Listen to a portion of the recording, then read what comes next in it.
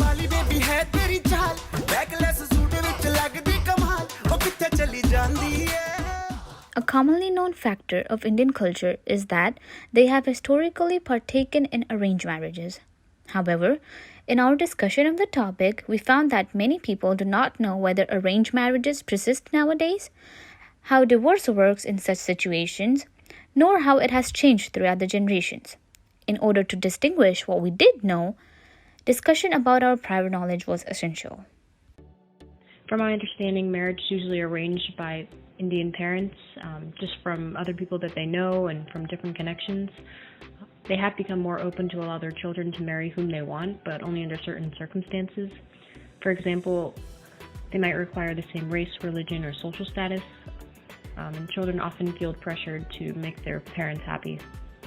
In terms of weddings, I've only been to one Indian wedding, and there was a lot of dancing, food, and different colors. And I believe the women's parents pay for most of it, but I'm not sure. In terms of divorce, I believe it's frowned upon, but it's becoming more of a common and accepted thing. I feel as if I personally only know the stereotypes about Indian marriage, which is that they used to have a large rate of arranged marriage but might not do that much anymore. I think more of the restrictions of marriage in terms of castes, since arranged marriages might be something for certain economic and social classes on a higher level. Castes are the natural level that you are born into and exist within your whole life, including marriage partner options. Thus, I think that most Indian marriages are socioeconomically homogenous in a manner that makes it seem restricted to outside American influences, who generally marry for love. I think these people in India still marry for love, but just with specific guidelines for eligibility in couples that other countries subtly follow without realizing that they do, since they don't have terms for them like India does. But more than anything, we had questions. And to answer these questions, of two of our group members' understanding of their family's culture, we turned to Alicia's parents, the Machiwalas, for an interview. He used to come to our house. Currently, it's becoming less and less. But when we were growing up, it used to be like 80%. Part of it is cultural because when you have arranged marriages, your family has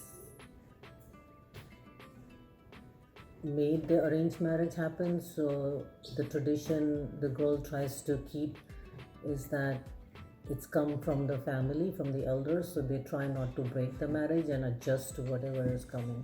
Sometimes it's from family, one person knowing another family knowing, it's just connections.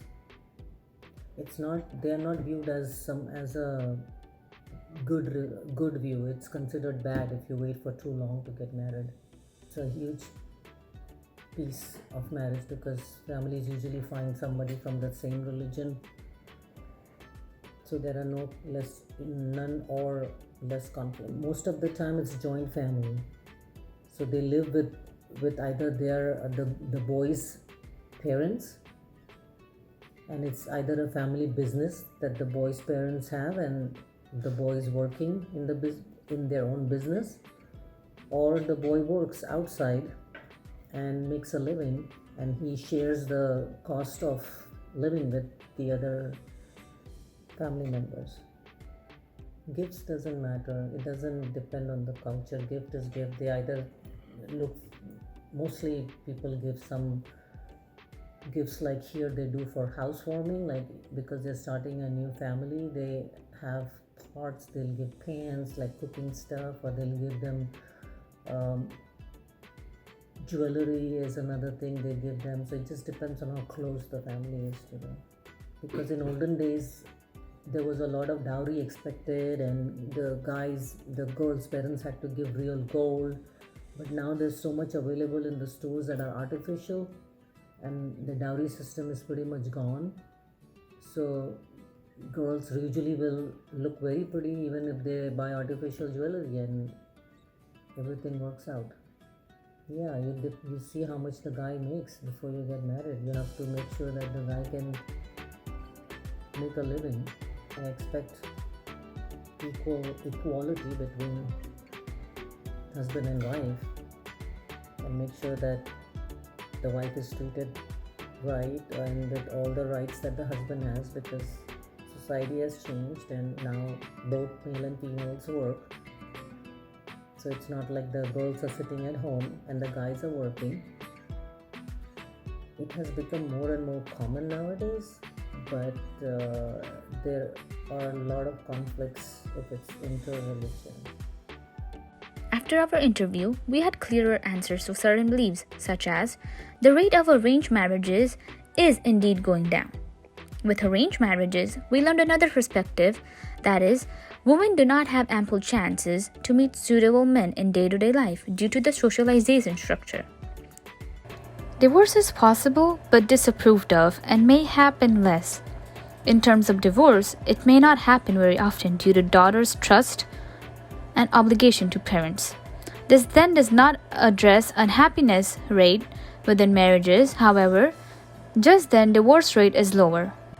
Building upon what we learned from Mrs. Machiwala's, we were able to create a broader analyzation of the Indian marriage structure, which includes that overall Indian marriage structure is steeped in tradition just like that across Asia.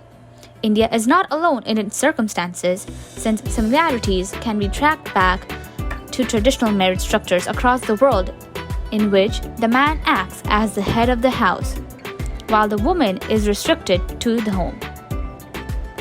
Such structures existed in America in the 1950s until love marriage or marriage of love became an idol. And similar situations have taken place in China and Japan, where previously gender divides dictated how couples meet. Age was also signaled out as a material in Indian marriage, as well as it was indicated that there is a negative view on those who wait or get married later.